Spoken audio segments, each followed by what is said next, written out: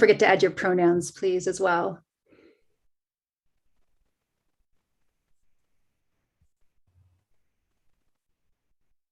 I'm an old All right, John, do you want to wait? I've never added pronouns. No, I said, I'm an old lady. I've never had to add pronouns before. I didn't quite hear what you said, but yeah, we add pronouns just because it's best not to guess on what somebody's preferred gender identity is. No, it's just a first for me. Yeah, absolutely. That's great.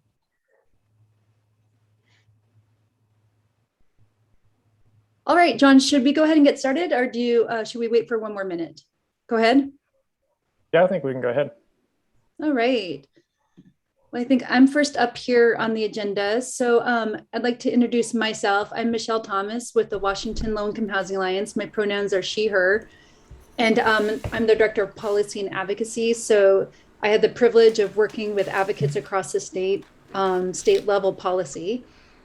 And so I'm really excited that you're all here today to join us for this really important listening session. So in this first part, I'm just going to do a brief introduction to what we're doing today and go over some logistics. The very first thing we want folks to know is that this meeting is being recorded. That's really helpful for us so we can access it later, but also if anybody has to leave early, you'll be able to come back and record it. We will be doing breakout rooms. So we won't be able to record the breakout rooms though, so just keep that in mind when you're in your breakout rooms today. And we also have Otter AI, so if anybody would prefer to see a live stream, it is by a computer, so it's not absolutely perfect. But you can do that by clicking on the top corner of your screen on the live Otter AI transcript, and it should you should be able to view it then. Feel free, Maureen, we're about to go over the agenda. So feel free to put questions in the chat if you have any problem accessing the Otter AI. But before we go too far, I want to start with a land acknowledgement. And I want to acknowledge that I'm sitting and living on Duwamish and Coast Salish land, the original caretakers and inhabitants of this region where I'm living. They're still with us today, and they have not yet realized the justice that they deserve. In this space today, throughout our conversation, I hope that you'll join me in acknowledging that homelessness, housing insecurity, evictions, and criminalization are all rooted in and worsened by racism.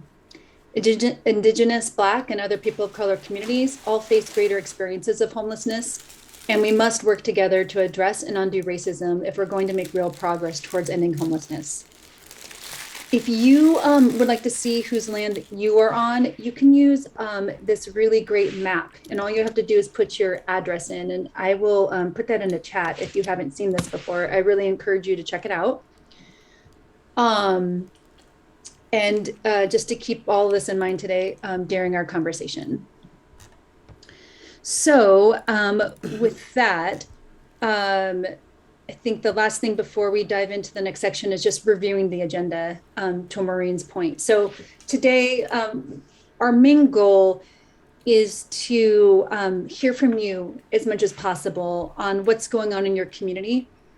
And we're going to use this information to inform the Housing Alliance's state level 2022 legislative priorities. And so John has just put the agenda on the screen today. So after this welcome and introduction session, we're going to be setting the context. We're going to give you a little bit more information about the upcoming legislative session and why advocacy and your voice is really critical in not only naming the problems, but also in advancing them and winning solutions at the state level. Then we're going to do regional and coalition breakout rooms. Not all coalitions, your local coalitions on homelessness, but many of you are. So we are going to break out by either the coalition that you're already involved with, or if you're not involved with one yet, you'll join that coalition as somebody who lives in that region. And we're going to have big big picture conversations in those breakouts that will be facilitated, thank you very much, by folks from your jurisdictions. And we're going to be sort of bigger picture conversations there around what the most urgent issues are that are facing your communities. Then we're going to come back and do a report out, and you'll be able to hear what other geographic areas, different jurisdictions named as their biggest issues. And we'll have some discussion about that. And then we're going to go back to breakout rooms around issue specific areas. So this, second breakout room, you may be in rooms with people from across the state talking about issue specific areas informed by the first breakout conversation. Then again, we'll come back as a large group and do report outs and discussion. And then we'll talk about next steps. So does anybody have any quick questions about the agenda before we move forward? Okay, I'm assuming that's a no, although I am also trying to watch the chat. And Elizabeth, yeah, I'm happy to share that land acknowledgement. And John, thank you for putting your land acknowledgement of whose land you're on in the chat. Folks can feel free to do that as well if you'd like.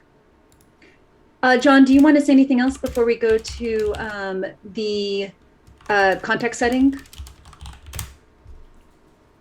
No, just that I'll be trying to do some background logistics today. So I'll be helping to monitor the chat. I'll set up the breakout rooms, things like that. So if you have any sort of tech issues or whatever, you can text me or message me directly or put it in the chat.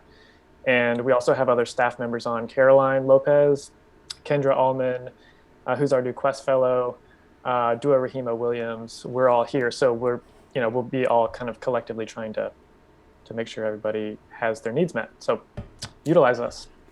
That's it. Great. Okay. So in terms of context,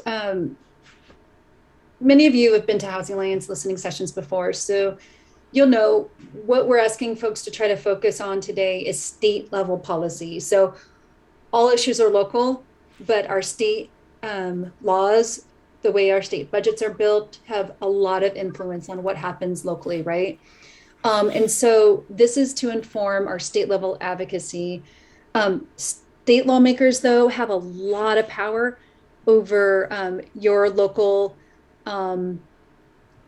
lawmakers, your local city ordinances. So, the two are quite intertwined. But today, throughout the conversation, when folks are facilitating your conversations, they may keep asking you to think, okay, you've named a local issue. How can that be worsened by state level policy? How can it be helped by state level policy? What can state level lawmakers do to help make the situation better or to address the problem? So please just keep that in mind today. And so the next legislative session is not going to give us as much opportunity as we had last session to accomplish quite as much. I think a lot of you were involved deeply in the advocacy, so you'll know that the last legislative session, which ended in April, was tremendous. We won unprecedented amounts of money in investments for affordable housing and homelessness. And we passed some really, really critical protections. I mean, that said, there's still so much more to do. But because last session was a long session, it was technically the beginning of a 2-year biennium. And the first part of the biennium is always a longer session. So we had more time. We had more capacity, like the legislative system literally had more capacity. But next session is a shorter one. It will begin in January. And it will end in March. And so we have significantly less capacity in the process to get things done. So things will move quicker and not as many bills will advance. That said, there still are opportunities to pass legislation and to advance good policy.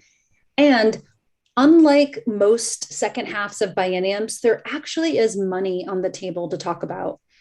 Typically in the second half of a legislative biennium, there's not a lot of money. There's usually just like adjustments to the budgets that were created and passed the previous legislative session.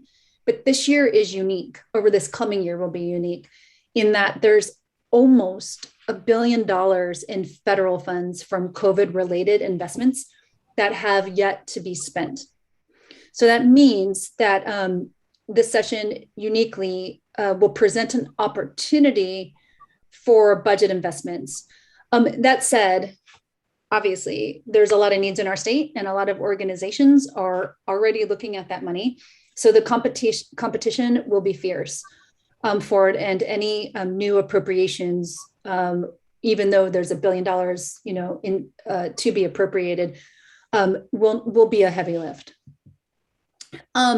The other big thing influencing the next session is that in November 2022, there's a really critical election coming up at the state level. Every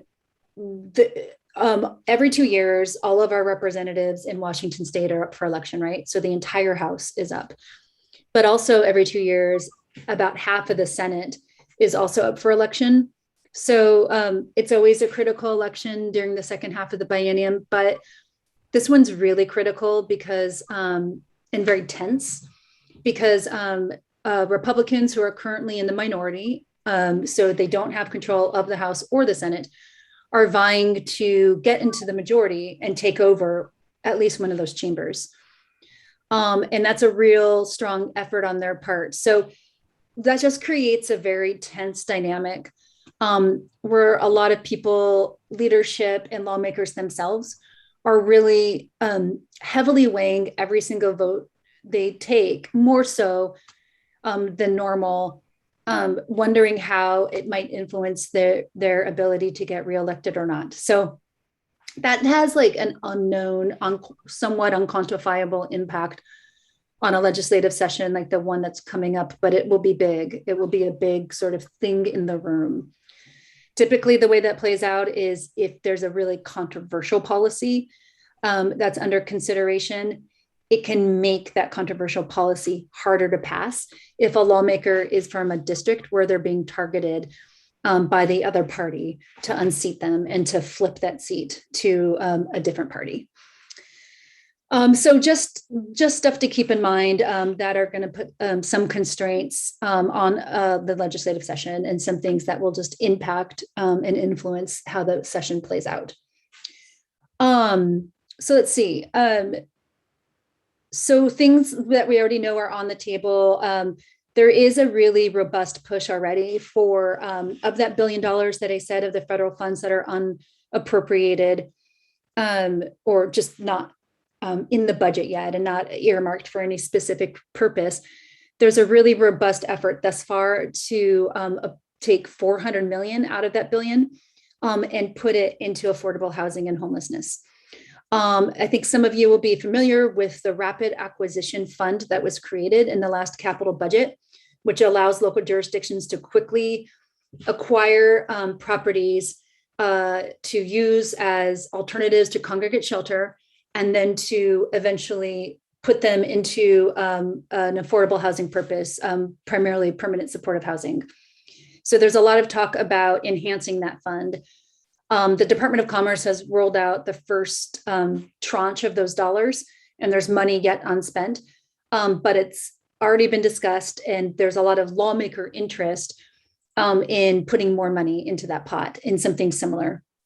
So later when we have conversations, there'll be an opportunity for you to comment on whether or not you think that would be useful, how, what the need is in your community, and how more funds might be helpful. We also know that the massive rent increases that tenants are facing across the state have really caught the attention of lawmakers. And we highly anticipate that there will be a conversation about what to do about it and what the state lawmakers' responsibility is in preventing rent gouging and the subsequent loss of housing that can result from that. COVID-related evictions and the economic downturn that are primarily Black and Latinx communities will definitely be a conversation again.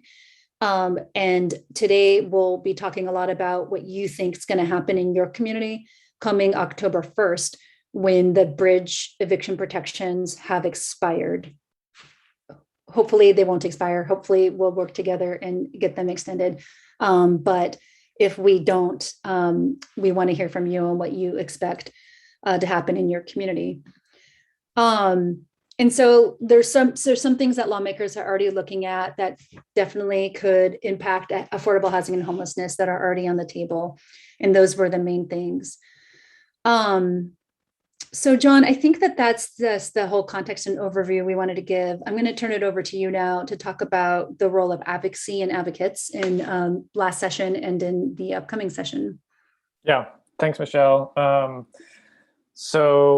be pretty brief because I want to make sure we have plenty of time to actually get into the breakout rooms and have these discussions. But I just want you all to know from the get-go that seriously, your voice really matters in all of this. How many of you have either raise your hand or put it in the chat, like how many of you have participated in advocacy at the state legislative level before, either through testifying or sending a letter, sending an email, making a phone call, meeting with your lawmaker? I think most of us know at this point that your voice, particularly your voices, like you specifically, are the people that your lawmakers want to hear from, like more than most other people. And particularly those of you who have lived expertise or lived experience with housing instability or who work directly with folks who do. So that's very important for us to keep in mind today, is that this group of like almost 100 people from around the state are just very important voices to be heard. And this will kind of lead to, hopefully, to some change at the state level that lawmakers can really get behind because they know that they've talked to or heard from the right people. I also want to say this is the beginning of the advocacy process. There's sort of a cycle, right? Like throughout the year, there's sort of a cycle of how advocacy works and how change is made. And it often starts with just people getting together and talking about what's happening on the ground and what are the problems. So this is not like pre-advocacy, this is advocacy right here. So thank you all for being here. Later on at the end of the call, I'm gonna just offer up a couple of different ways to get involved in advocacy too. So I'll preview that we're looking for legislative district leads in different districts around the state. I'll also preview that we have an action currently out there right now that we'd love for you all to take part in. And there's also ways to get folks connected to additional ways to inform our legislative priorities this year. So I don't really feel like I have enough time to actually just like give all of you praise for all of the advocacy that you did in 2021. But as Michelle said, there was so much that was accomplished. And in summary, we couldn't have done it without everyone who did take action in all the various ways that you all did. So any questions or any kind of questions about anything that's been said so far before we start to introduce the breakout rooms? Oh, I see lots of hands raised. Is that for questions or were you raising your hand because you are advocates? Okay, I see Barry, you're nodding your head. You're raising your hands because you have advocated. Great. Okay, so I'm going to lower all the hands, but if you do have a question and want to just raise your hand again, how's that sound? Okay, hands lowered. Raise it again if you actually have a question. And feel free to utilize the chat. Mm-hmm.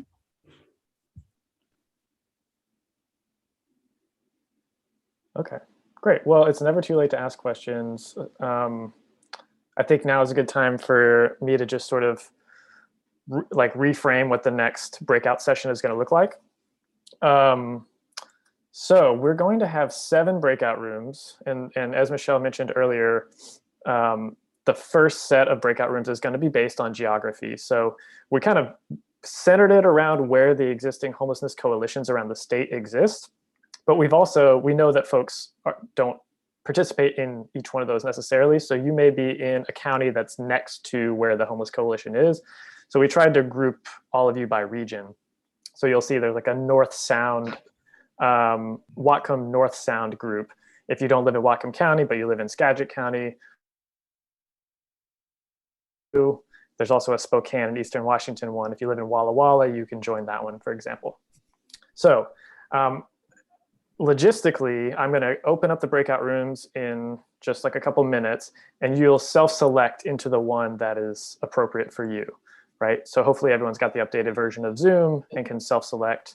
If you don't have that option, I will put you in the one that you need to be in. You just got to let me know which one you want to go to. So I want to also thank our facilitators. So you'll probably figure this out when you're in the room, but I'm just going to go through who the facilitators are for each room, just so that you all know who to look for when you get there. For Seattle and King County, that's going to be Sarah Robbins and Allison Eisinger. I'm not sure which one of you, or if you want to tag team on that. I saw that both of you are here though, I think, so that's great. For Whatcom and the North Sound group, that's going to be Barbara Johnson-Vinna and Terry Bryant. For the Spokane Eastern Washington group, that's going to be Terry Anderson. For Kitsap and the Olympic Peninsula, that's going to be Kirsten Jewell. For Pierce County, which is going to include the Puyallup Homelessness Coalition and the Key Peninsula Homelessness Coalition and the Tacoma Pierce County, because y'all are doing a lot of stuff. You got 3 different coalitions there, which is awesome. That's going to be Rob Huff and Gina. Sorry, Gina, I can't remember your last name at the moment. And then for Clark County and Southwest Washington, which would include like Cowlitz County and parts of Pacific County, however you want to identify Southwest Washington, that's going to be Laura Ellsworth. And then for the Yakima and Central Washington group, that's going to be Esther Magasis. So that's sort of some logistics. You're going to self-select into those groups. Your facilitator is going to have a Google Doc. They're going to take notes. They're going to also guide you through the questions. And then the facilitator will also help to report out afterwards. But they also may rely on you to help with the report out. We'll have about 30 minutes, somewhere between 25 and 30 minutes for this first breakout. And then I'm going to put the questions in the chat here right now and quickly go through them. So the questions are, what are the most urgent homelessness and affordable housing issues facing your community right now? So be thinking about sort of what are the top things that they just hit you on the head every single day when you go to work or when you navigate systems. Does your community have enough protections in place to prevent evictions and homelessness? So think about like what's going to happen after September 30th when the eviction bridge goes away. How is rental assistance dispersing going in your community? Is criminalization of homelessness making things worse in your community? If so, how? And how does it interact with your shelter capacity, your ability to get folks have a roof over their head? And is your region impacted by workforce-related problems, capacity issues, morale and pay issues, and things like that? Throughout COVID-19, we know that workforce challenges have been really, really big for folks. So we want to hear what are some of those issues that you've been facing. So any quick questions before we actually create the breakout rooms? Okay, so I'm going to create them now. Yes, questions can be put in the chat. Please do. So I'm going to open all the rooms. Please self-select into the room that you're going to go to. Does everybody see sort of an option on your screen now, a window, and you go to the place that you need to go to? Okay.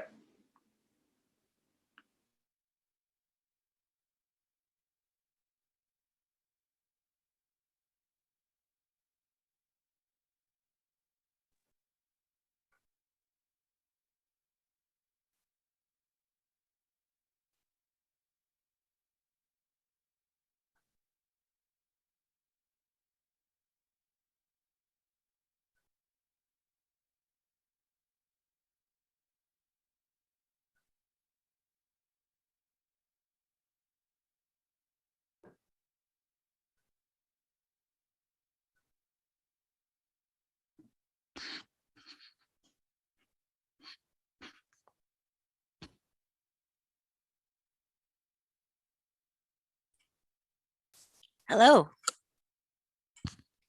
Hello. My name's Terry Bryant. I'm the chair of the Whatcom County Coalition to End Homelessness. along with Barbara, the vice chair. She works for the county, and I'll be facilitating, and Barbara will be taking notes. Okay, should we get started? If you can turn on your camera, I find that really helpful because I can tell when someone wants to say something. Our first question: what are the most urgent homelessness and affordable housing issues facing your community right now?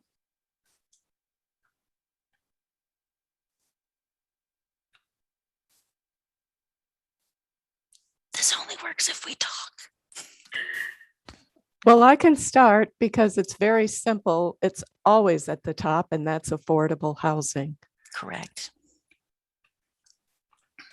I would say in Skagit County, housing availability is a big issue for us down here. On top of, the housing that's being built is affordable.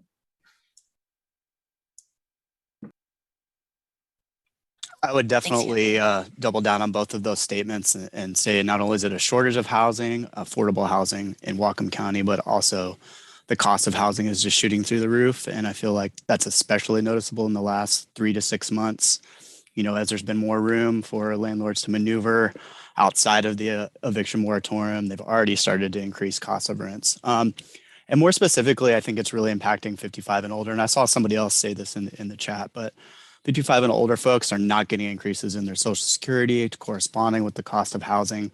That's just that gap is getting bigger and bigger. I feel like, pretty much every month. And we've seen all sorts of unique scenarios where even people who own their own trailers, but are maybe renting, they might have a double wide, but they're renting property. The cost of that property is displacing them from being able to stay in their home. And then that in conjunction with whatever the rules are with those trailer parks is just putting them out. And they also don't have the same access to the tech to navigate and even, really the literacy to navigate the resources that may be available to them. And then one final piece, and I'll leave it alone, is that we are being impacted at the workforce, especially at the case management level. I feel like I've noticed that pretty strongly in Whatcom County. And we know that permanent supportive housing programs need that's the support, in those programs, and we need those case managers. But it's kind of a separate issue.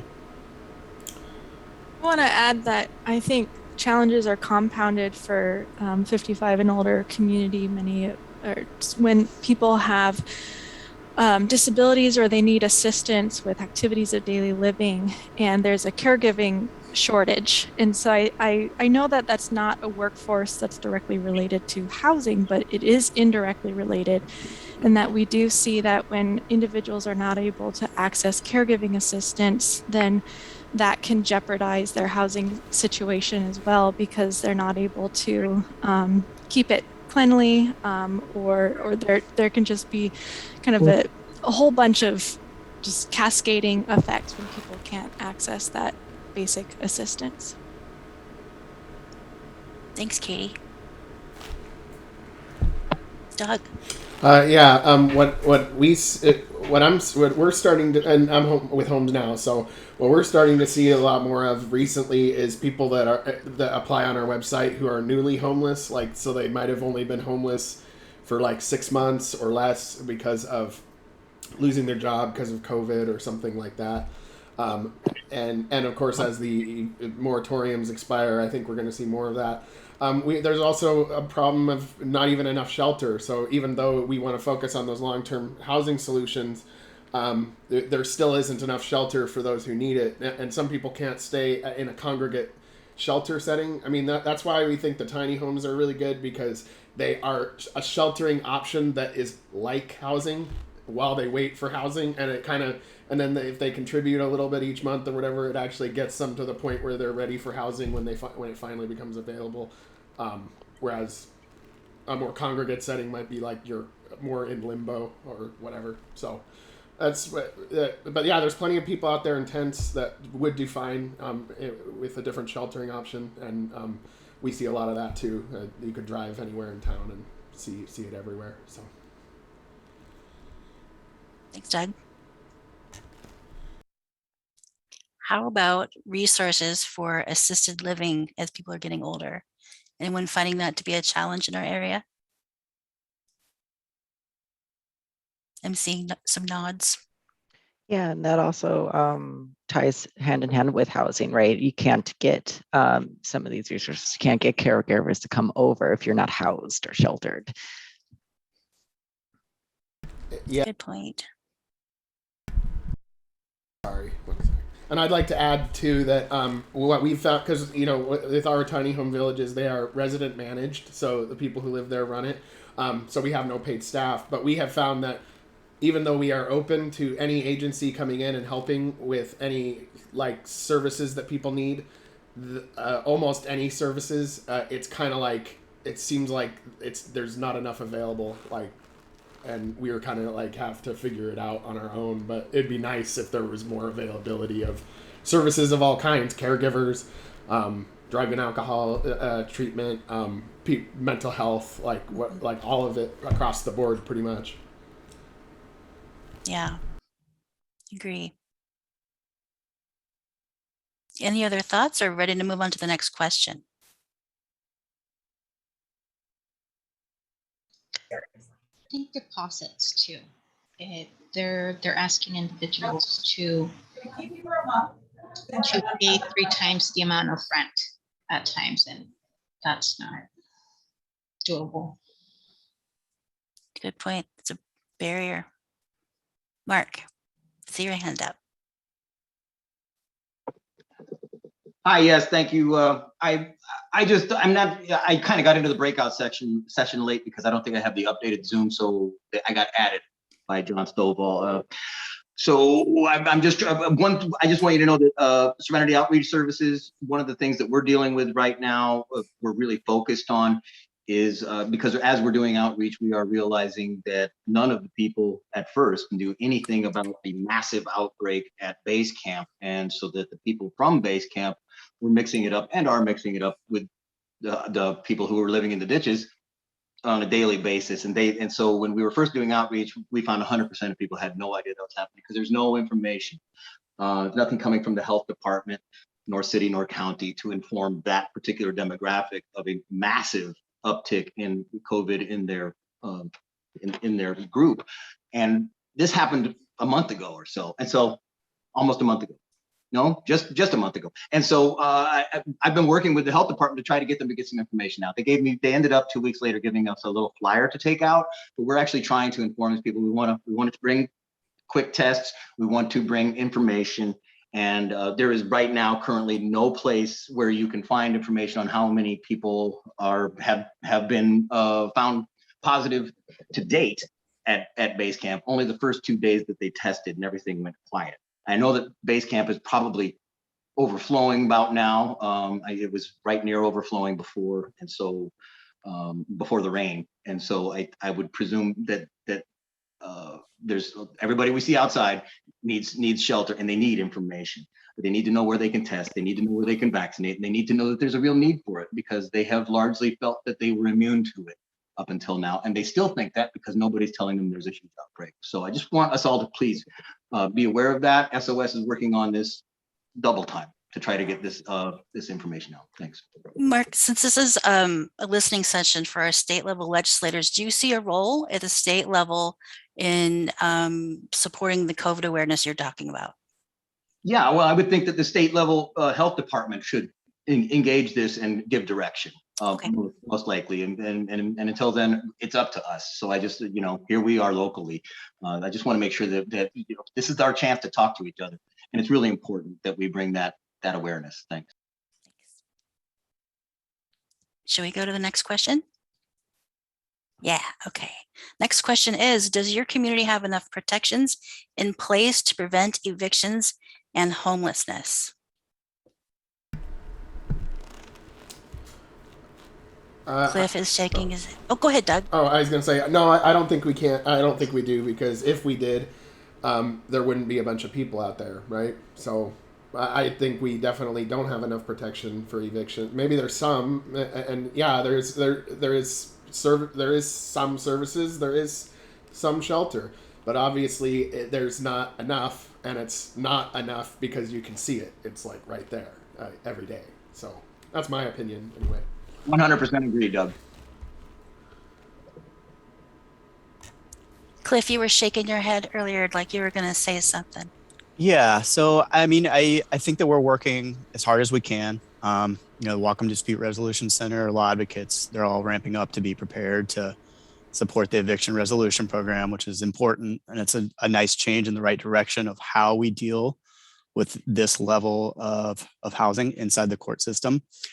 But we still see landlords and property managers and property owners, they have, you know, just kind of an uncapped top that they can raise rents, and eventually they can work around eviction processes just by raising rents. And unfortunately, I don't know, I think that goes hand in hand with evictions, because if they can't utilize this tool that they've historically been able to use to handle or generally address their tenants, we're going to see them probably circumvent that through the route of raising rents. So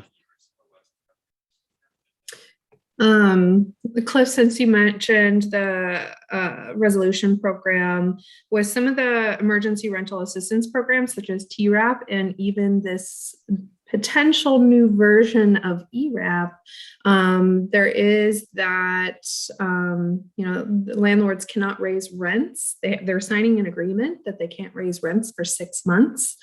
And so I think that took effect September 1st, where we now have to, that's the forms that we're required to use when we do these emergency rental assistance programs.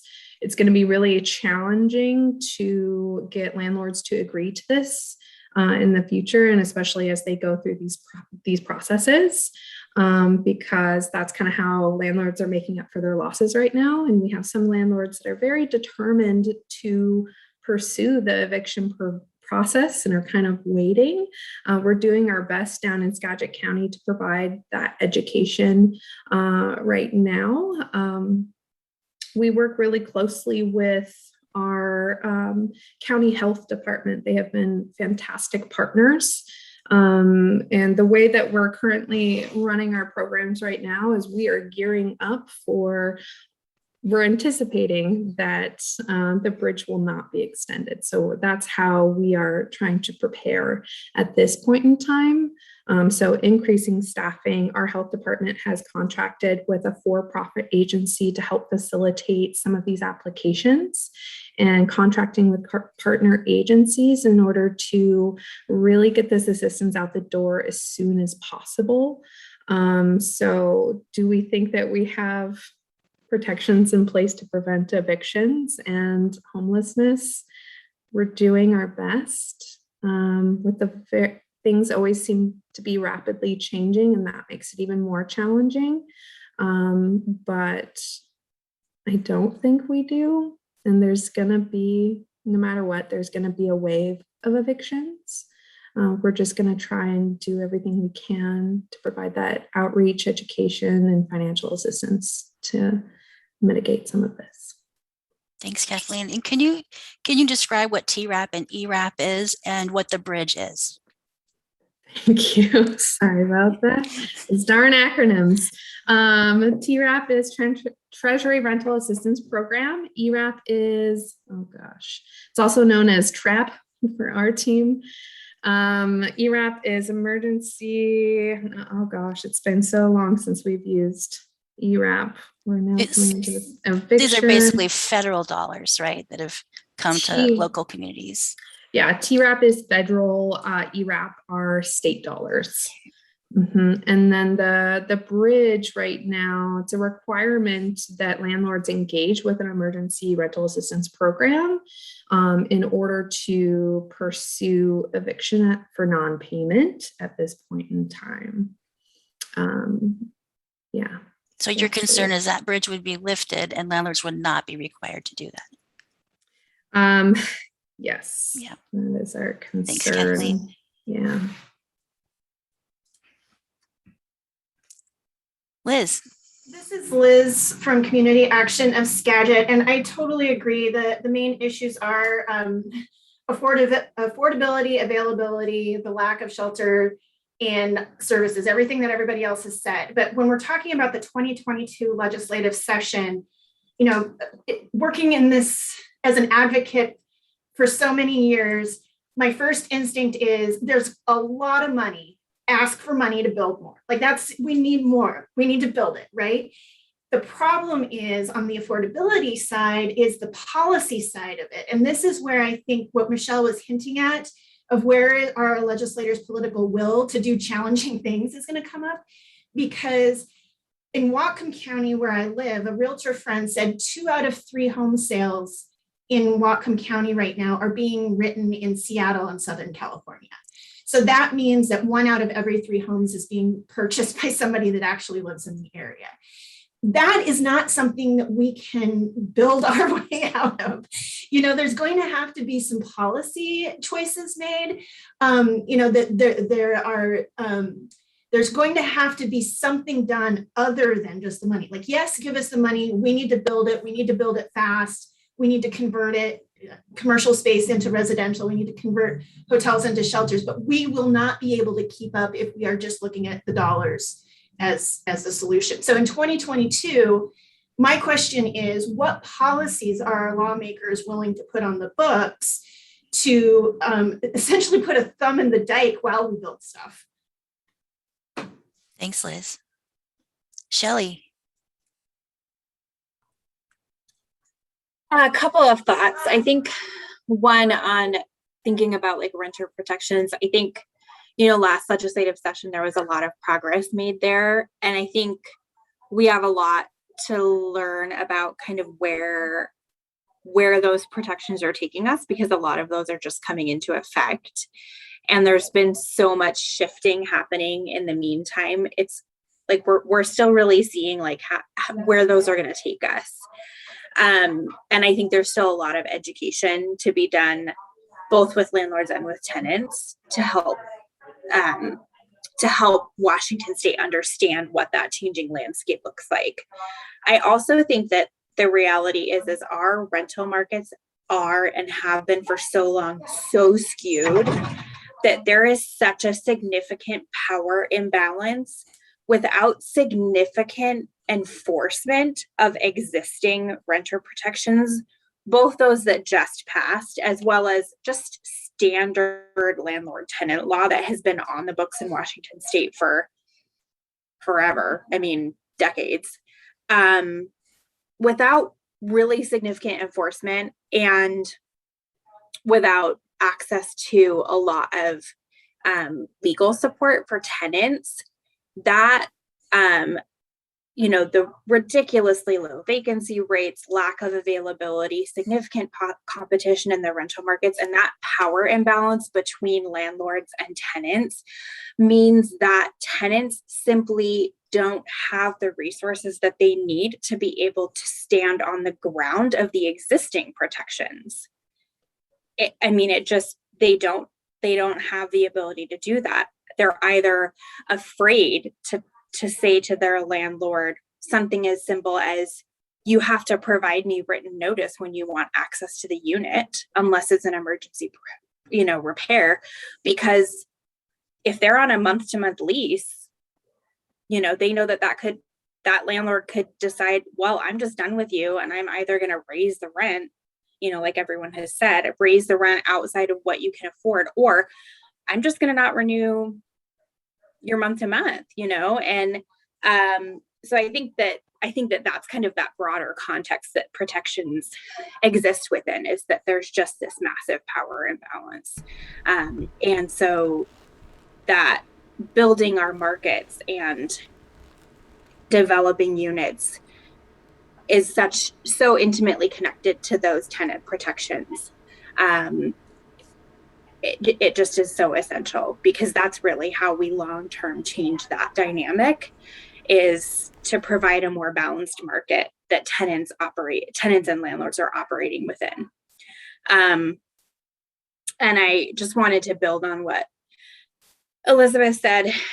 I think funding structure for a lot of the funding that is at play is something that we've really been having a lot of conversation about, particularly for Skagit County and capital projects. That's kind of the realm that I operate within. we have some concerns about how some of the capital funding resources are structured, that for smaller communities, that there's some short-sightedness with how some of those funding sources are structured that leaves some communities out unintentionally. Like thinking about the Rapid Capital Acquisition Fund, looking at the results of that first stage of funding, 4 of the 5 projects were in King County that were funded. And that's concerning, there are geographic priorities written into that funding source and goals.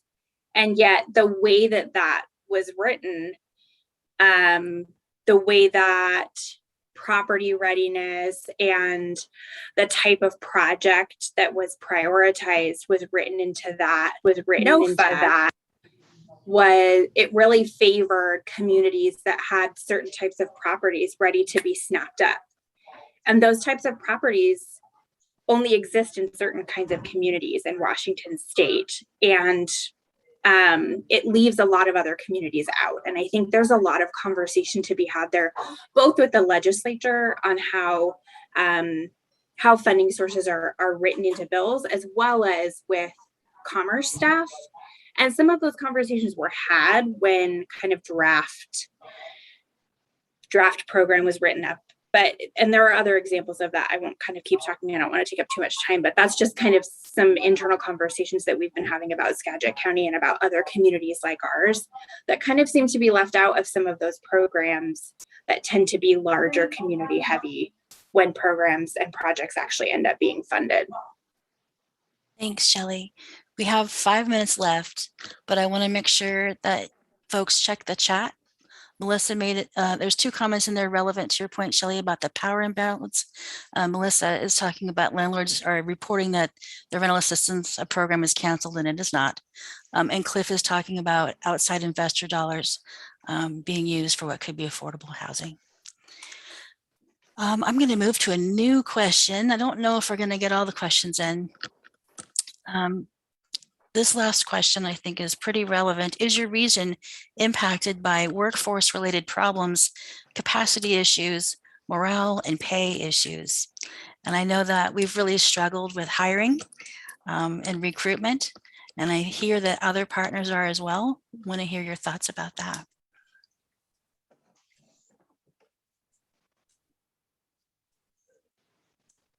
I'll dive into this one. So yeah, we've experienced a lot of capacity issues over the past year or so. I personally came into my position about in June of last year. And since then, we've been constantly hiring and trying to continuously adjust our wages to what's currently happening in the market as well, because we realized that we needed to make some adjustments in order to keep some of our veteran staff and show their value, and as well as bring on staff members with the sets of skills that we really need. And we needed to be competitive. So we did look at some increasing at our wages for some of our direct service staff. Capacity has been a huge issue for our team. At first, with all the eviction prevention efforts, we absorbed the program into our current structure. And then since then, we've actually built out the program. So we now have a team of about 6 or 7 strong just for our eviction prevention efforts, and as well as building in that extra capacity for oversight. So we've had to do a lot of shifting and really listening to our staff and what they were telling us that they needed. So being really flexible about remote work schedules as well has made a huge difference with our team. Thanks, Kathleen. Doug, go ahead. Yeah, we with HomesNOW, we have actually been somewhat we actually have capacity issues as far as both of our villages are pretty full. most of the time, and we're ready to build more as soon as there's spots available. So capacity has been an issue in that sense. But as far as the staffing side, we have no paid staff, and we're all volunteer. But we've been somewhat insulated from this particular issue because the residents of the village run the village. So literally the people that live there are the staff as well as living there. And so even during very tight times, we basically break even on a daily basis as far as being able to take care of that. All right. Recording in progress.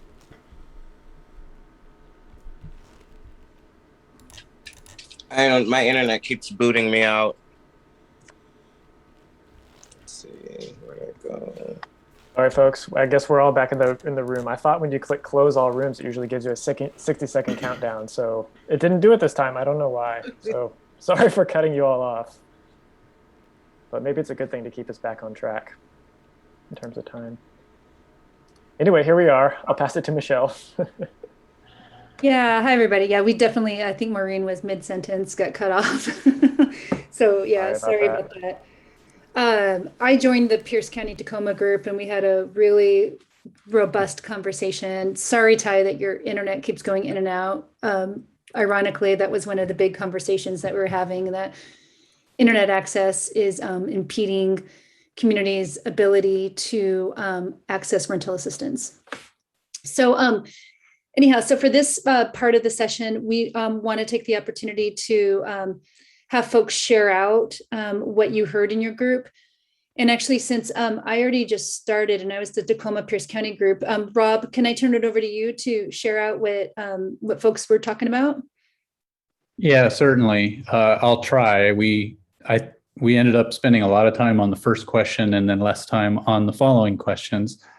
But what we ended up talking about in urgent needs facing the community, we talked about kind of the rural-urban divide in Pierce County, that areas like Key Peninsula don't have the infrastructure and resources that other areas like Tacoma do.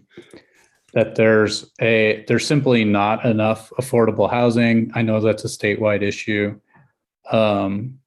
There's also there's just a huge need to build more housing, open up more housing, expand things like shared housing in all flavors.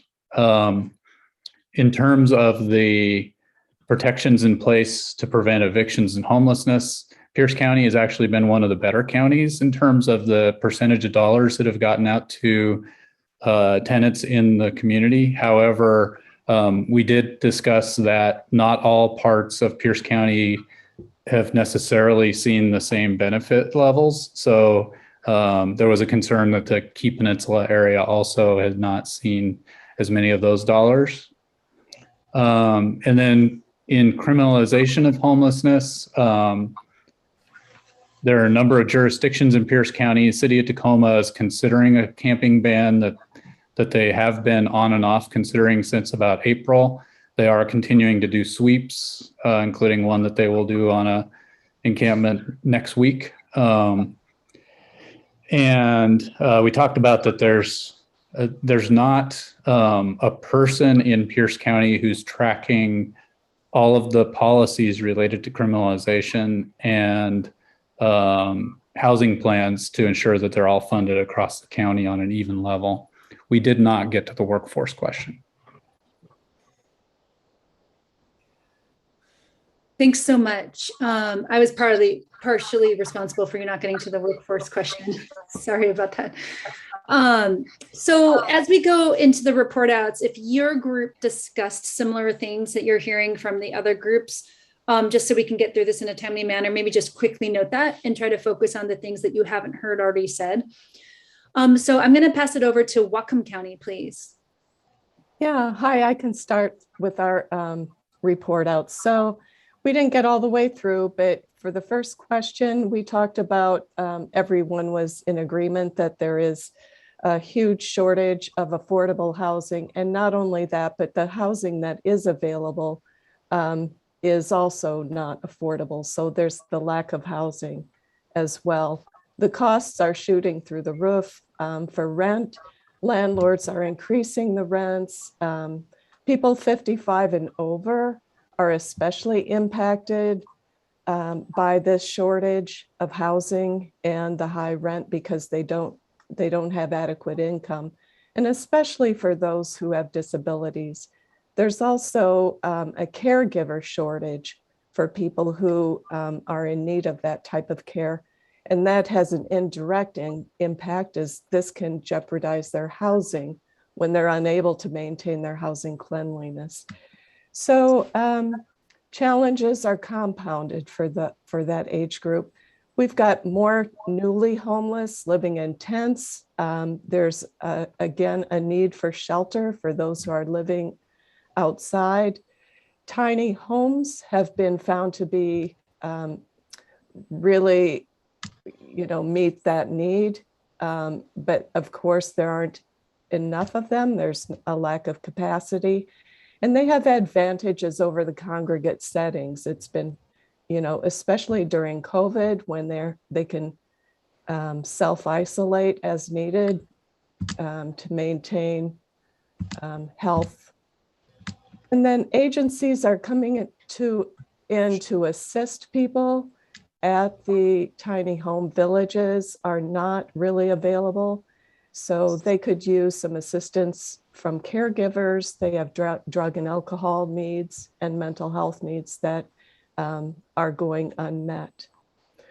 Other resources for assisted living in the area are also needed. We can't get caregivers without housing because they themselves, of course, need that. Outreach services.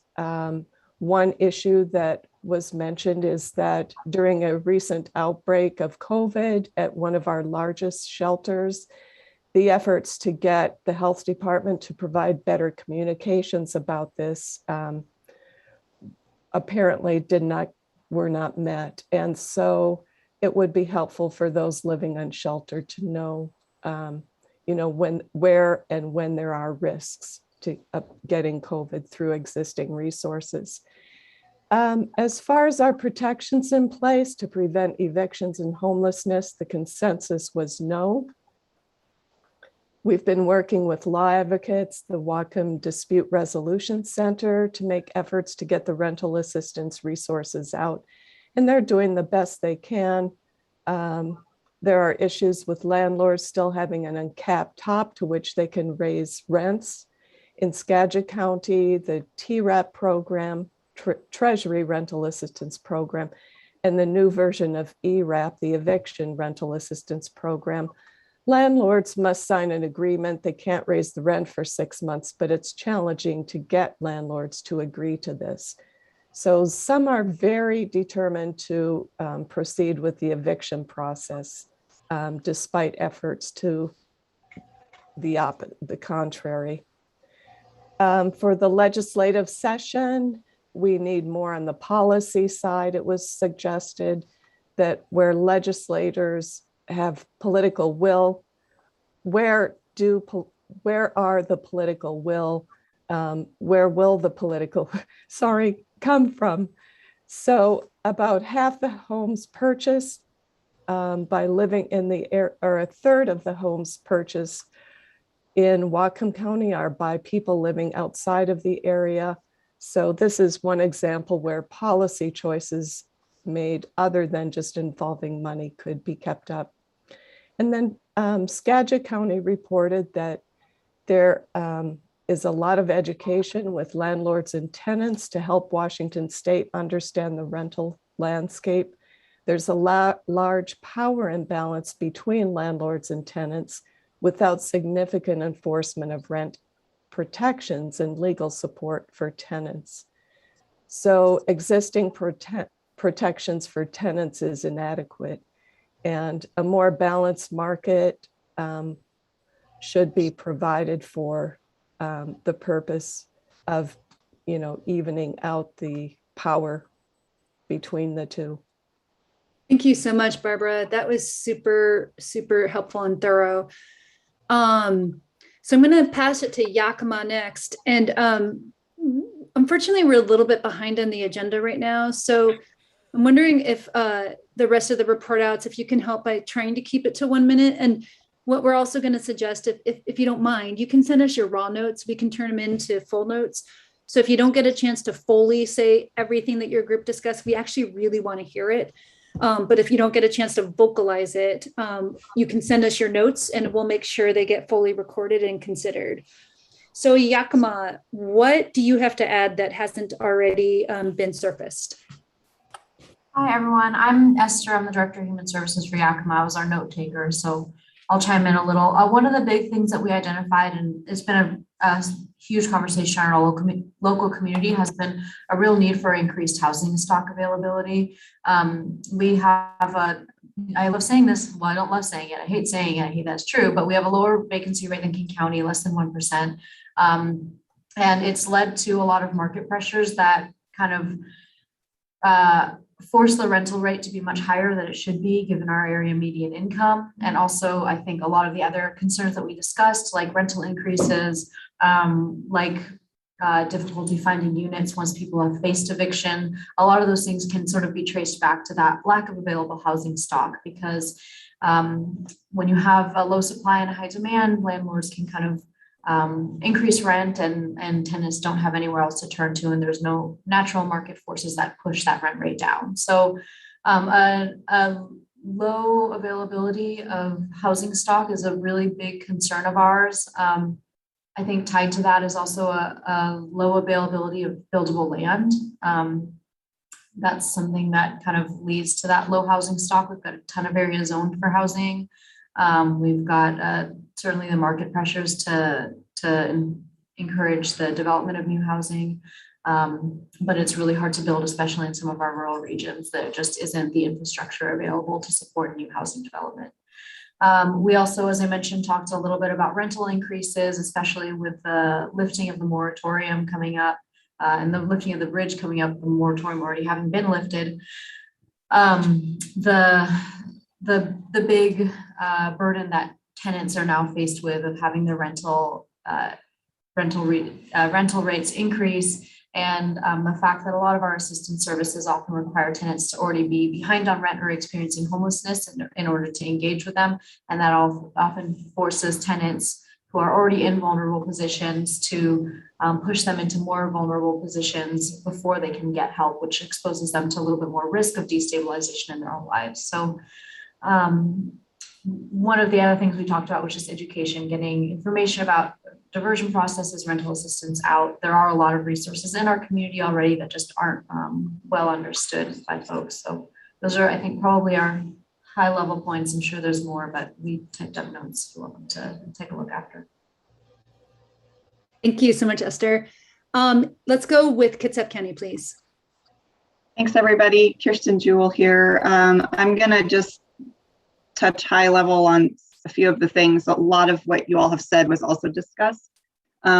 We also talked about the need for more 24/7 support services, but also the challenges of people who don't want those support services who are living outside. We talked about how valuable the HEN pilot program has been in our community, and how great it is to be able to continue to provide that subsidy, and that this was intended to be a pilot, and we're curious about whether it should be expanded across the state. It's been very successful in our community, and we think it would be something that should be really considered for all other communities. I'm not going to go into what it is, but suffice to say, it's super valuable. And in fact, if we could expand it to other populations, it would really help a lot of people who are on fixed incomes and very vulnerable be able to stay housed. We talked about, let's see, in our county, there's an awareness that there's lots of funding. We are behind in processing applications for rental assistance. There are some folks, we do expect to see an increase in homelessness once the bridge moratorium expires. However, we don't expect a huge wave of non-payment of rent evictions in October, because the eviction payment process for non-payment evictions has changed and become much longer. But we do expect to see more evictions that are not financially related, which we don't have any control over, or people who are just leaving their housing because they can't pay. Shelter capacity is a huge issue as people get displaced. The biggest barriers are NIMBYism and county code. And the challenge of finding places that are suitable and then getting the buildings up to code is ridiculously difficult and expensive. The system is working as intended, but we do have a really big problem with not being able, we can't force people to take assistance, and we have a number of folks with undiagnosed mental health and substance use disorders, and we don't know what to do to help them get rehoused. Vaccine hesitancy is the biggest issue related to COVID. People just have a big lack of trust in government programs, and so even though we bring vaccine clinics to the shelter, we offer incentives, we still have a lot of hesitancy. And then on workforce, we didn't really get to talk about that, but it has definitely been affecting our ability to carry out these programs. I think the underlying message for me is that it's not just about money. There has to be policy changes that go along with the money, because as we've seen with the rental assistance, just throwing a bunch of money at the problem isn't going to solve the problem. It also requires some of the other underlying barriers to be addressed and fixed. And we had a great group. Thank you so much, Kirsten. Money won't solve the problems without policy change is, I think, very concisely and well put. All right, Seattle, King County, you're up next. Great, thanks, Michelle. Virtually no affordable housing, especially for those on a fixed income. We talked a lot about issues with sweeps, especially encampments that have some infrastructure like trash pickup and porta potties. And then when those get swept, people move to places that don't have that type of infrastructure. And so the encampment is a bigger issue when it moves. Lots of talk about we need safe parking, both for RVs and vehicles, with infrastructure around case management and people being able to get their mail and sanitation services and trash and needle disposal. Around protections to prevent evictions, we had a long discussion about how the ERAP program just does not seem to be, that it's very difficult to access in Seattle and King County. And there seems to be a lot of layers happening behind the scenes that are not very transparent to the community. And so to the community, it seems like it's just almost impossible to access. And when you can access it, the process takes a long time, and you can potentially be evicted in the process. Rent control, that, a new way of, or I don't know how new, but a way that landlords are getting people out is by raising rents. Under the criminalization, again, really needs safe lots. And then for services, especially during COVID, not having walk-in access to places like DSHS, Department of Licensing, creates a barrier for people. Getting a government ID during COVID has been very difficult. We also talked about the lack of technology access, for rental assistance, and then for a lot of other support services. And we did not get to the workforce issue. Question. Great, thank you. We are noting that we had too many questions. We weren't all able to get to them. And John actually pared them down. I think I had maybe 10 extras. All right, so Spokane, you're up next, please.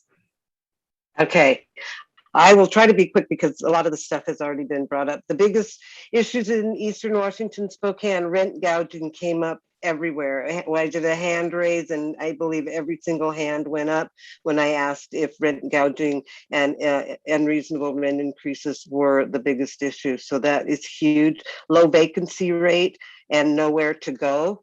Also in Spokane, housing quality. During the heat wave, there were deaths, and many could be connected to poor housing conditions because there is no housing inspection program, no rental registry, and no way to hold landlords accountable for poor housing conditions. Okanagan County reported they have 0 vacancy rate. There are 20 households currently living in emergency housing, and there's no place to go. There are absolutely 0 options for tenants who are COVID positive and experiencing homelessness. They have been experiencing a loss of affordable rental properties because small scale landlords have been selling rental homes due to the conditions that they were experiencing during the moratorium, and that depletion, those rental homes are not going to renters, they are going to other investors. So those places are vacant. Stevens County is reporting similar because in those smaller communities, they rely on the small scale landlord to provide affordable rental housing solutions for them, and they are being sold. Rent is also being increased in Stevens County, and when the homes are sold and then re-put back on the rental market, then the rents are doubled in rent, and people can no longer afford to live in them. Are there enough protections in place for rent increases? Basically, no. Everybody's afraid of that. Goodwill reports that the fair market rent in Spokane only increased by $20, and so they can only pay fair market rent for rent and utilities, but the reality is rents have doubled, tripled, and have gone up $200 and $300, so that fair market rent no longer covers the reality in Spokane. There is this is a systemic problem in rental assistance not being available or being difficult to access by the most vulnerable communities. Federal monies are not going out to rental assistance. We are seeing on national level that conservative states are not putting rental assistance out and prioritizing, and it's getting bogged down. In Eastern Washington, the same thing happens in our conservative counties. For example, Spokane County did not give a single penny of rental assistance out of its CARES Act funds. We are seeing those same things happening in Eastern Washington. Criminalization is a problem. We would like to see day shelters, less sweeps, criminalization in the name of housing. We did not get to workforce related, but I can tell you, I work at the tenants union, and I have gotten emails from employers who are extremely concerned because their workers are not going to be able to afford the rent. And so there are employers in our area that are worried that the high rents are going to impact our workforce. Thank you. Thanks, Terry. That was a lot to get through. Thank you so much. Clark County, Southwest Washington, can you wrap us up here, please? Sure. So the bottom line is, everyone has sort of said all the things. I think one thing, some helpful things to add would be the fact that, there's, we can have all the rental assistance in the world. If we don't have places for people to go that are affordable, then it's not helpful. And there has been sort of an unintended consequence in that the rental assistance programs itself has sort of compounded that increase in cost of affordable places to live. People are getting their rents paid for and then having, through rental assistance funds, and then having their rents raised immediately, and knowing that they're going to be facing homelessness in a couple of short months, calling service providers desperately asking for help because they know that they can't afford that increase and that they will get evicted. There was a suggestion that local municipalities need to take more risk by investments into creating new units themselves and owning real property. There's just, again, that lack of affordable housing. People have housing vouchers and, they get lost because people can't find a place to go to use them. Lack of access to shelter. Some communities only have one shelter and it's high barrier. Pacific County in particular, they're getting impacted by, people, like, speaking of the workforce housing issue, employers can't retain employees at higher paying jobs because they, like at the hospitals, for example, a much needed thing right now, because there's no affordable places for those employees to live. And for even the service industry and employees, their people are being forced to live in vans, RVs, and cars. And so places like Pacific County and Peninsula, where their tourism and the service industry are very big parts of that community, this is particularly impactful. The other thing about Peninsula is the Airbnb phenomenon of people selling off their rentals in favor of turning them into Airbnbs because they can make a lot more money off of that. And let's see, places like Aberdeen are experiencing this phenomenon where they're the ninth fastest rising real estate market in the nation. So there's this cycle of natural market forces, and also the impacts of all of this money that's been kind of thrown at it in the form of rental assistance without that proportional investment into more affordable housing and more units. We didn't get to the question about criminalization of homelessness. We did not get to issues of pay and morale, but I think everything else we have basically touched on or agreed with what other people have said. So definitely, anticipating a brutal increase in homelessness once the bridge expires. Okay, thank you so much. Thanks to everybody. That was a wealth of information, and I promise you we'll be going back and listening to this again. Plus, for each person, like I said, who took notes, if you can send your notes to me and John, that'll be really helpful. So John, do you want to quickly introduce us to the next section, please? Yeah, so I think, as we mentioned before, we're going to do a second breakout session now. And the idea this time is to give us sort of a cross section of what everyone around the state is sort of collectively thinking about each of the issues that was brought up. So there were the kind of four main questions in the previous breakout rooms that you all discussed, and we're going to break up by each one of those now. So so we'll have one around eviction protections and preventing homelessness, tenant protections, et cetera. We'll have one around criminalization of homelessness. We'll have one around shelter-related issues, and we'll have one around the workforce-related issues. It does sound like not very many people got to that question. So if you find that it's like you and one or two other people, feel free to make an executive decision in that group to say, let's disperse and go to other groups. But we'll leave that up to you. The facilitators for these groups are going to be Caroline Lopez in the shelter-related issues. It's going to be Dua Rahima Williams and myself sort of tag teaming on the eviction prevention one. Michelle is going to be facilitating the criminalization of homelessness group.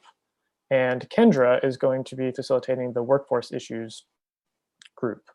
So we're going to do it just like we did before. I've created different groups now. So all I have to do is just open them up. And then again, if you click the breakout rooms button on the bottom of your screen and then open them up, you should be able to join yourself. I'll stay in the main room for a couple minutes just to sort of help navigate folks and make sure you get to those rooms. Your facilitator will have, again, another notes document, and they'll have a few sort of like prompting questions to help you work through these issues too. I will say, just be thinking about each of these issues as like building off of the report outs, because you may have noticed that other people around the state are thinking the same thing you're thinking, or they're thinking about things differently. So if there's something to add to that conversation, or if there's a trend you just want to highlight, please make sure to include those things in the notes. Anything you want to add, Michelle, or any other questions about it? Just that the breakout rooms that I'm seeing are still the geographic ones. So just want to. Yeah, I have to open them up, and then you'll have the different options. Okay. How much time will we have? I think we're going to have to do 25 minutes this time. So we'll reconvene at like 12:48. That'll give us like 10 to 12 minutes to debrief again. Okay, so I'm going to open the rooms. It worked. Did it work? It worked.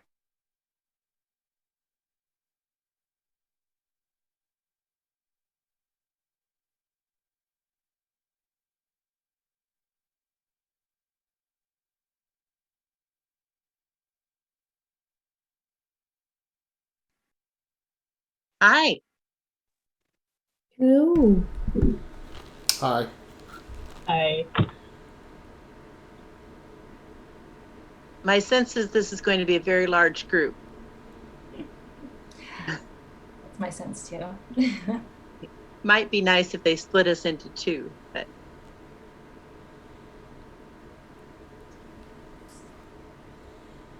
Hey, everybody. We'll wait a little bit while other people come in. But since I know folks have a lot that they want to, they have on their mind, what I thought I'd do is just share my Google Docs sheet for notes there. And so as y'all are talking, I will take notes, but I'll have all the questions there. And if you just feel like I want to make sure this is captured and want to add to the notes directly, please feel free to do that. Because I just feel like there's always, so much to say, and or maybe you have a thought and you just don't want to lose that thought, so you want to go ahead and put it out there, but you can also speak up about it as well. So let me go ahead and I'm going to put that link in here, and so that should be a Google Doc that everybody could also edit. I highlighted most of the questions in purple, but it looks like there's only another question. And then somewhere in the chat, I need to find it, are notes that John gave me with just the questions here. Then I'll put it back in the chat for folks to.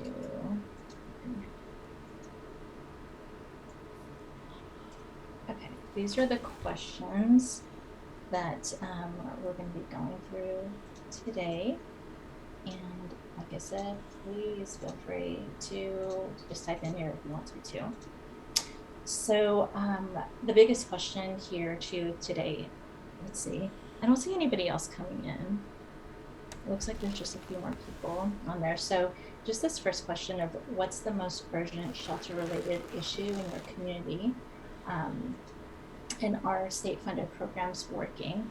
And so I would love it if you could also tell me where you are located so that I can take a note of which area is y'all are talking about, and then I'll take notes.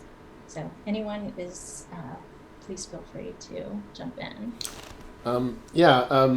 My name's Doug. We are Homes Now, Not Later. We are from Whatcom County, and we manage 2 tiny home communities in Whatcom County, Unity Village and Swift Haven. Our villages are resident managed, so we basically we don't have any paid staff. It's all volunteer. And I will say there isn't enough. We're ready to do more, but capacity has increased in our county as far as I know, but it seems like the rate at which more people are becoming homeless is still faster than the rate at which we've increased capacity. So, that's what I see from my perspective.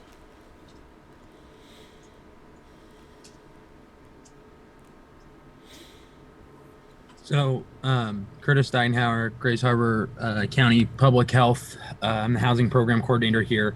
And the biggest issue we have with shelter is that there is right now, I see availability of housing and especially availability of emergency shelter to be a civil rights issue. And right now, the decision of whether to apply funding towards solutions to those problems is wholly dependent on local decision makers.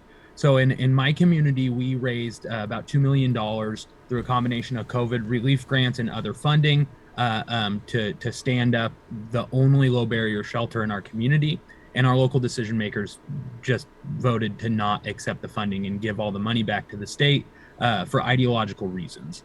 I cannot think of another issue that is that tied to people's quality of life and livelihood that county commissioner or city council person of a city with 16,000 people gets to make the decision for the whole community. I think that should be a state issue. And right now in the legislature last session, a Republican member wrote a bill that would require every community in Washington state to create as many emergency shelter beds as their point in time count says there are people in need of them. And so if there's Republican members in a completely Democratic controlled state, if there's Republican members that are writing bills like that, I think we should have some action at the state level that requires the employees in every county in the state that want to do this work to create enough shelter stock to actually shelter people. Caroline, I think you were in the last breakout session with me where I was like really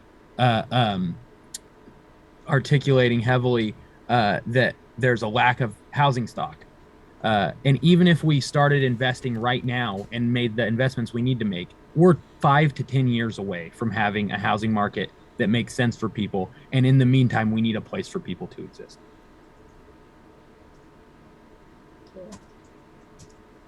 Hello, I'm Brianna. I work for Unity Care here in Whatcom County. So for us, Doug, I wrote down your information because I definitely would love to connect more on tiny homes and sending patients maybe your way and things of that nature. Sounds good.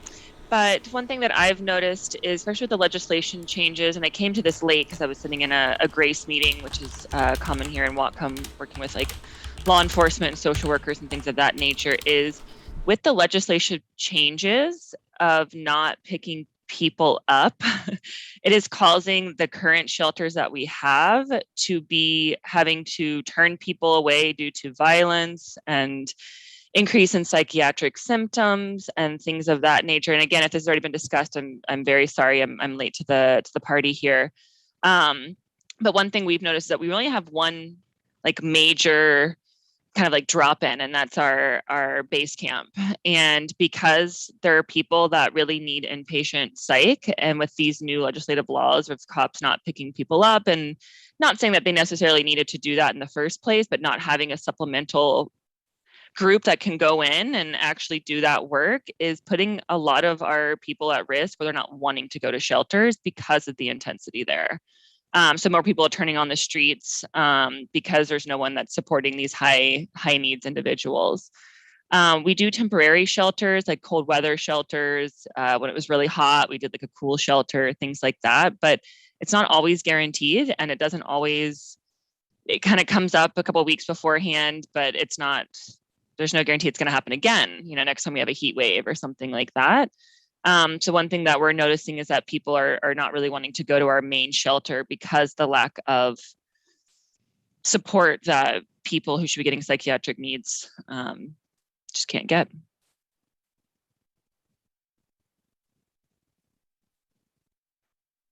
I'm Teresa Power-Drudas with, I'm in Pierce County, the Coalition to End Homelessness. And our biggest problem, and also it comes to a later question you have there, we are not able to get even one sanctioned campground started, even though the city has been open to it and the county has been open to it for a while. So there's a lot of NIMBYism that's at play there, but there's also a lack of political will. I'd say that's a huge barrier. Also, when King County is out there buying all these hotels, Pierce County is buying one, and we have a lot of need, and there isn't, the money would help, but the political will would also help.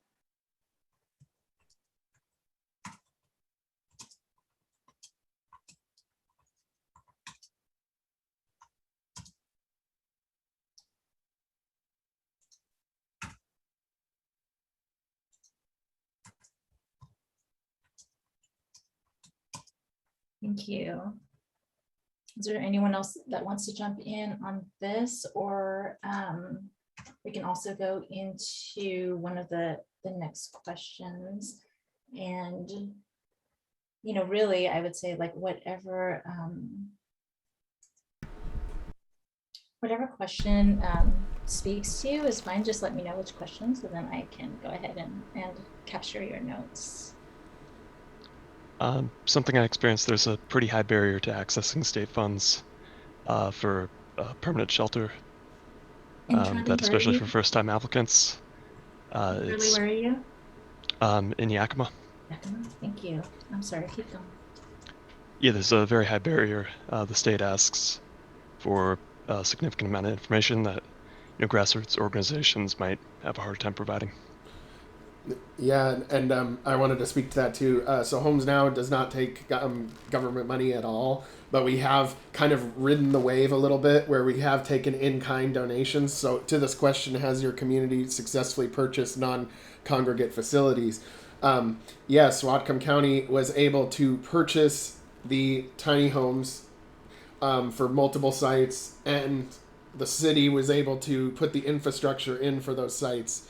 But we did not take the money. We did not apply for funds. It was like they had Public Works come in and put the infrastructure in, and then the county literally dropped off the structures. But we did not take any direct money or apply for any money. But our day-to-day operations, since we're volunteer and resident run, we haven't had a lot of expenses to run it. And so we've been able to be pretty self-sufficient there. But yeah, the county was able to buy those structures, and we got online in like 2 weeks. It was like pretty quick. And I think it was because of COVID, because there was a camp on City Hall lawn, and there was a COVID case there. So that just put it into a different category where the mayor had emergency authority to go around the permitting process, and the county had emergency authority to buy the tiny home structures because they were more naturally self-quarantining. And so that's from my perspective in Bellingham.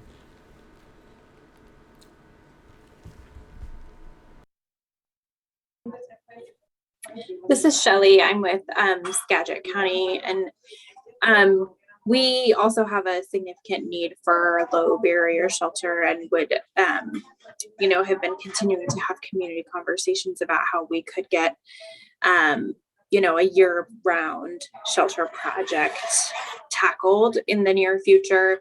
And I wanted to echo what Charlie said about the high barriers to accessing state capital funding, whether you're talking about, in particular for shelter projects, but also for development projects. And it seems like it's getting like that needle is getting harder and harder to thread. And that, I don't know how much of that is my perception. I've only been doing development work specifically for a few years, but as the legislature continues to hone its vision for how, as the legislature builds momentum around investments, I think they are honing their vision of what they think good investment and good stewardship of public dollars looks like in housing, which I think we all agree, there's been a lot of positive momentum in that. But I think between that and between kind of Commerce staff interpretation and application of kind of that legislative vision, the narrowness of funding opportunities, it can be really challenging, and it can leave particular communities out, and depending on what is available in their communities. And it can often feel like you're trying to shove a square peg into a round hole. You're trying to find an opportunity comes up and you're like, oh my gosh, there's funding available. And I'm, we need to get a shelter in our community. And how can we find a property and a developer? And so that we can fit this into this and in their time frame. And it's, and it seems like it's often communities that are more rural and smaller and farther outside of King County and farther outside of the South Sound that are more frequently left on the sidelines of that picture. So I think that is just feedback that I would provide. I think the results of the first round of applications from the Rapid Capital Acquisition Fund are a good example of that. Like 4 out of 5 projects that were offered funding were in King County.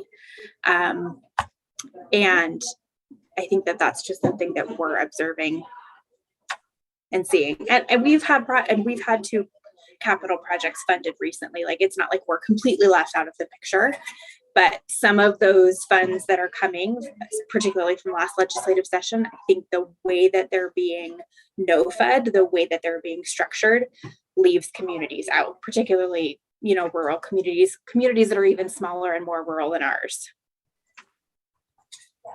Thank you. I'd love then to jump into the question about equity, because I felt I went ahead and put that note, what you said, Shelley, in there. What equity issues is your community facing regarding shelter access, shelter capacity, or anything else? Because it sounds like, this is that, but then it could be, something else related. Just what equity issues is your community facing?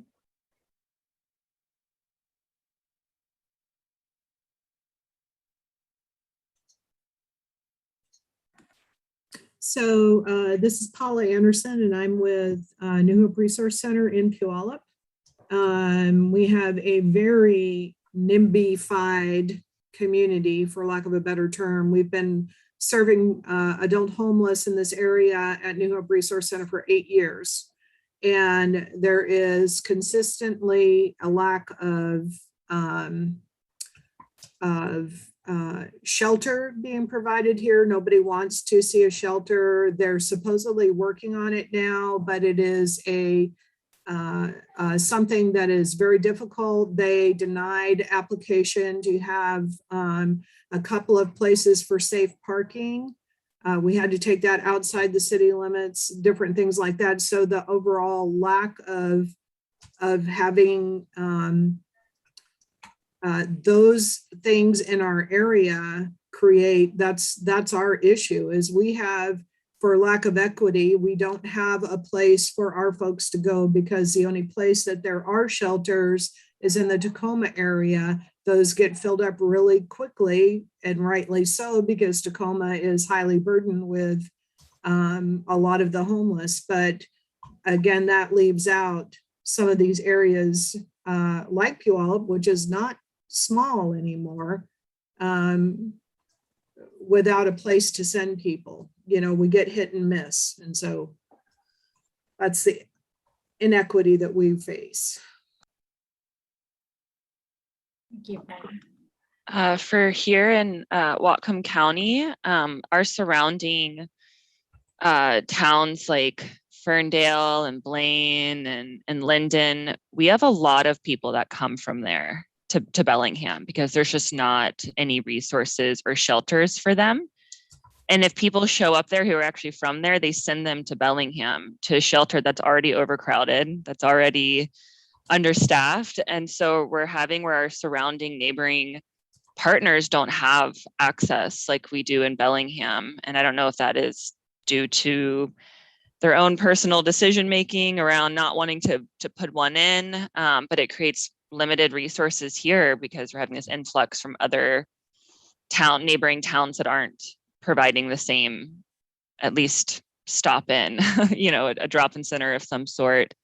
So that's something that we have a lot of people from out in the county that don't have access out there, and then they're stuck out there and they can't get into Bellingham, and it's a whole thing, or they get to Bellingham and they can't leave.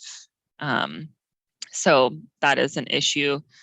We also have caps that are going on our main one because like violence has been really bad. So in terms of again, people who are are trying to, get back on the right track and have to be, without incident for up to a year before they qualify for, subsidized housing, are now being put in these situations that causes them to also get triggered and to also have to, get back into these survival skills. And so just lack of that and surrounding neighboring places really puts a hurt on us, I think. Thank you. I think we said that we were going to, did we say 45 or 48? So I don't think we have a whole lot of time. I wanted to see if there were other questions here that y'all wanted to comment on?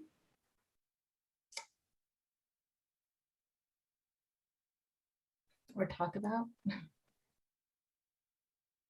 I was gonna contribute to the last question there.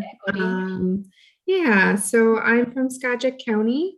I don't feel entirely confident speaking on this because I feel like my scope is really housing and not necessarily shelter, even though I do oversee a family shelter.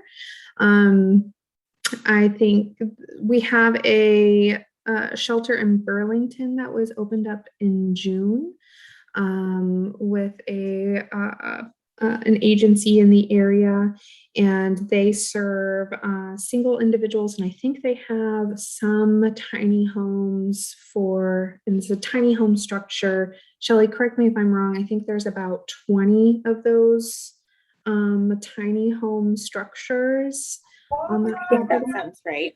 Yeah, and I know that they had plans to expand on that property that they have, but really that was the first, from my understanding, the first shelter, like more permanent shelter option for single individuals.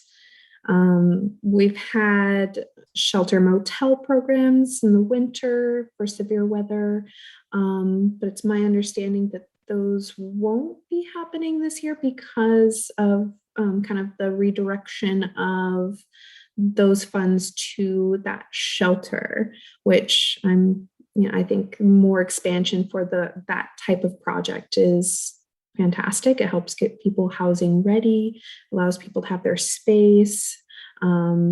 Huge support. I'm really, really happy to see that in Burlington. I know that they worked really hard to make that happen over COVID, but I think that really that being really the only other option for single individuals in Skagit County is inequitable. And, we have some pretty large encampments out in East Skagit County, in the Concrete area, in Marble Mount, and really, I think it would be great to expand those types of projects into those areas, have people within their community, within resources, within their support networks as well.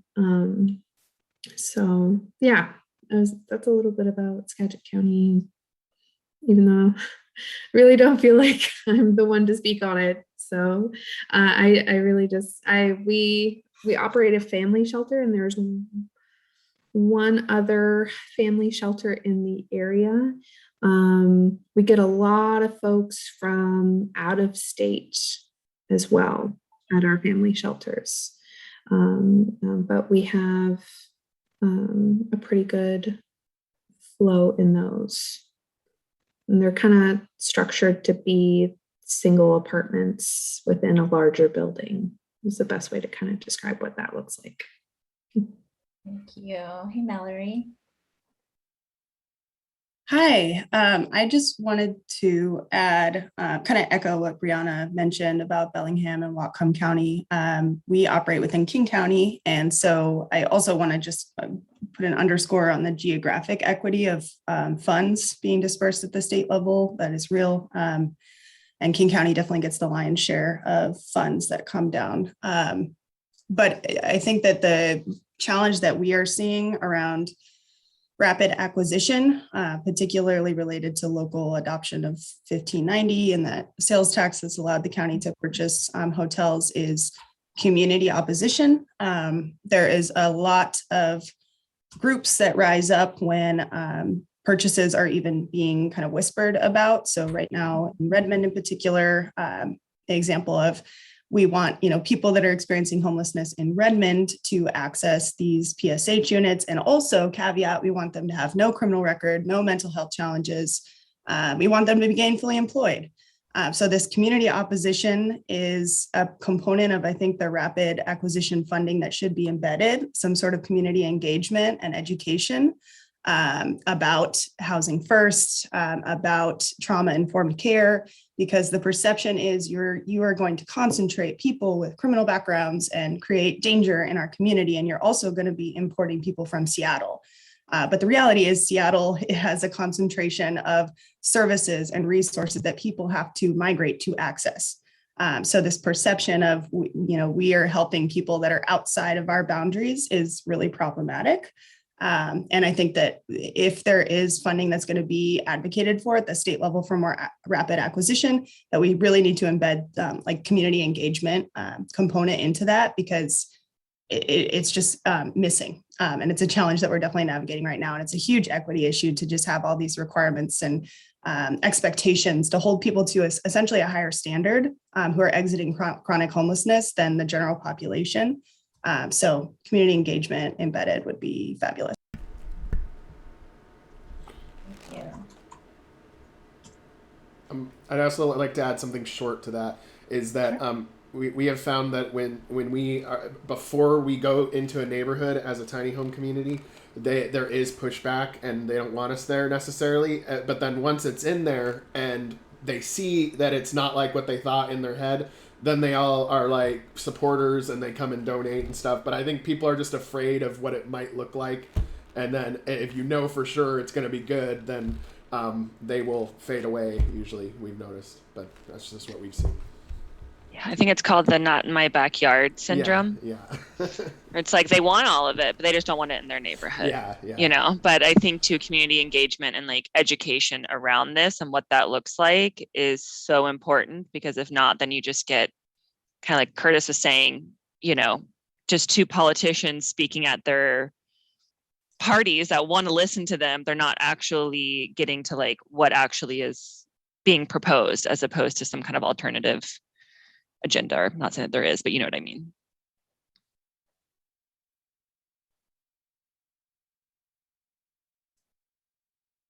Thank you all. It sounds like Douglas needs to be at the as part of that education. Take some videos of what you've been doing, the success, and like look at what Yeah, we do. They're on our Facebook page. It's pretty active, as well as our website. So homesnow.org. I think we were supposed to be closing, but it looks like we haven't closed yet. So I did want to see if anybody else wanted to speak up, but really, if you have other things to add, all of this is going to go into our other notes if you have more to add to the actual note stock. Sorry. So I just want to say one more thing that I think is always on the top of my mind when we're talking about emergency shelters, that like, so I was having a conversation with a legislator a couple weeks ago and talking about how they need to appropriate more money to create new units. And he was articulating that they've added so much money to the capital budget. And I was telling them in proportion, it's really not very much compared to the rent assistance. And he was saying, we just need to find how to build it cheaper. And he, as the model that he thought was the best idea, he was articulating a model of shelters that are 150 square foot steel buildings with no plumbing and no toilet in the individual units. And I just want to say that, like, as we figure out solutions for this population, let's not make it look like a concentration camp. Like, people deserve to live in dignified spaces just like we do. Absolutely. Thank you. Yeah. And at the same time, don't let the perfect get in the way of the good.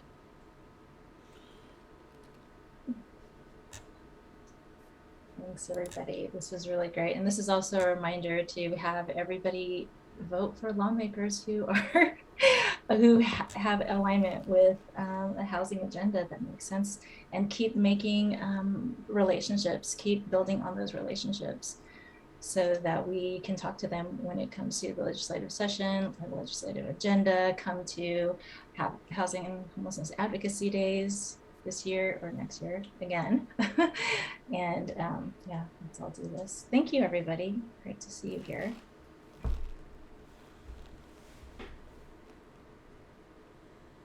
Recording in progress.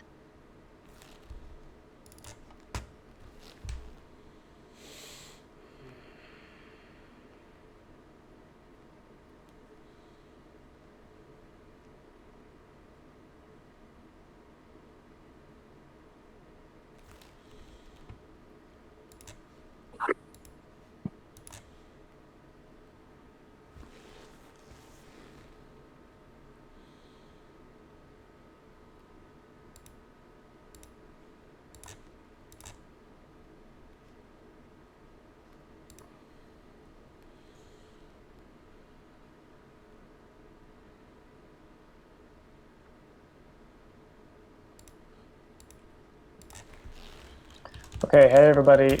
Welcome back to the main room. Gina, you're being asked for permission to record. No, we're recording, but it's just like, do you consent to being a part of this Zoom while it's being recorded? It's the idea, I think. So obviously that wasn't enough time to really get everything done and talk about all the things we wanted to, but it was a good start, I think, and we hopefully were able to take some good notes in our groups. I think Michelle got kicked off accidentally, so she'll be joining us here in a second.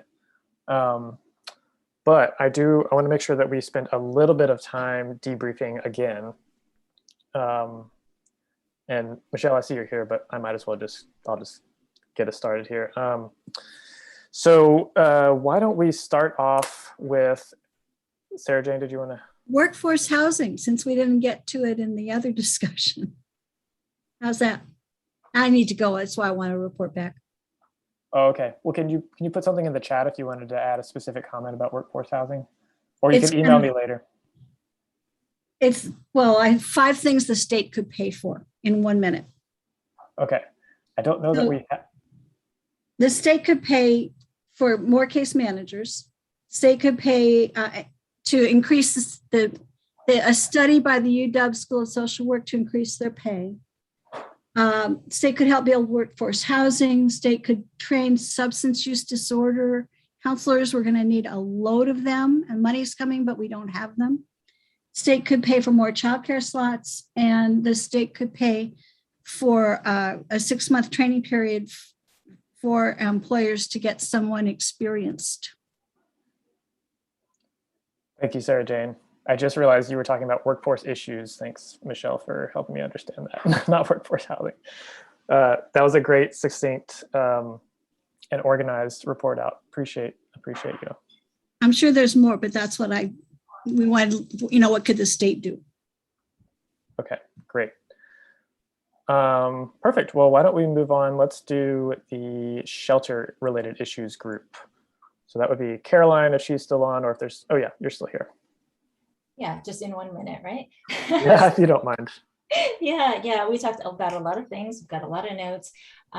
Some of the main or big issues that were talked about were definitely more shelter, but shelter that is very specific to for supportive housing needs, and definitely the lack of shelter as far as an equity issue. There's the access to funds for smaller grassroots groups, as well as the access to having more shelters in rural areas, and just the fact that there's a lot of NIMBYism everywhere that keeps being hit. There's, even if funds are available, then what they're being hit with is just neighborhoods not wanting these in their backyard. So one of the things that we talked about was community engagement and education, that was also a great need, along, of course, with more funding for very specific issues. And there's so much more, and they're in the notes. And I apologize if I didn't get to what everything everybody said. No worries. Thanks, Caroline. Mm-hmm. Okay, how about the criminalization group? Michelle? Yeah, this is gonna be absolutely impossible to summarize. We talked a lot about the intersections of the militarized sweeps and how that impacts BIPOC on immigration being there. We talked or touched on the need for short-term alternatives and lawmakers to understand that investments in short-term, more humane alternatives to unsheltered homelessness is not an excuse to not also make progress and invest in the long-term permanent solution of affordable housing. We talked about the lack of conversation on behavioral health intersections and our state's lack of investments in behavioral health and chemical dependency. one really important thing is that everybody agreed that there has been a significant increase in unsheltered visible homelessness in their communities, that criminalization is not the solution, and that sweeps also are driving in some communities people into further out into more hidden places that make it harder for social service providers and outreach teams to access. So I took a lot of notes. Anybody in my group, please share with me more notes, or you can put it in the chat. I have all your chats as well. So there's so much more that we talked about. So we'll summarize it in the notes and send it out to everybody. Awesome. Thanks, Michelle. Okay, so I think our group was last. Dua Rahima sort of facilitated the first 2/3 of it, and then I popped in to sort of take over. So if I miss anything glaring from the notes, please let me know. But again, really hard to summarize in like a minute. So I'll just say some of the main themes that came out of the group were there have been large rent increases, particularly in Spokane. This is happening a lot and around the state. And this is a way that landlords are using to get around the tenant protections to be able to evict someone that they want out. We're also hearing that there's a lot of miseducation or not enough education about how to access rental assistance for both tenants and for landlords. And this is in many cases, especially in rural areas, leading to exacerbated financial situations for the landlords who feel like they don't have any option. They feel like they're just like super behind on rent and they don't know how to access rental assistance, or they don't know about it. And so they're selling properties, selling the little amount of housing that actually exists in those communities, which then the service providers and the folks who are using vouchers or using other public programs to be able to help connect people to housing. All the housing is on the private market, and so the housing is not there anymore. There was also a desire to sort of have a separate conversation about rural issues, so that it related to landlords and tenants. And so I think that was just something I wanted to raise. But overall, again, the lack of rental assistance and education about rental assistance, rent increases are through the roof. And then someone was raising the issue of the kind of dichotomy between having to choose between a month-to-month tenancy and a lease, where the month-to-month gets you protections against just cause, but it allows you to have your rent increased. But if you're on a lease, you are protected from just cause, but you can't have your rent increased. So that's not great choices all around. So sorry if that didn't cover everything, but that's what I can recall. But we're at 1:01. I know folks have to go, so I want to respect everyone's time. But Michelle, is there any last thing you wanted to mention? I don't think we are going to be able to get through all of our announcements we were going to make originally. We'll send the announcements out via email. Just thank you so much. A lot of these conversations will continue at the upcoming Conference on Ending Homelessness, explicitly the criminalization one, for sure. So we'll send more announcements out. You're all we appreciate you so much for the work that you're doing in your community and for being here today and sharing what's going on. There's definitely a lot more work to do. We'll share out where we land with our 2022 priorities. Again, there's lots more opportunities to get involved with the Housing Alliance. And it seems like this attendance was so awesome. We should consider doing this again, pulling all the statewide groups together to have conversations. So thank you, thank you, thank you. And have a good rest of your day, everybody. And thanks, John, for doing so good at putting this agenda together. Definitely want to give you the shout out you deserve.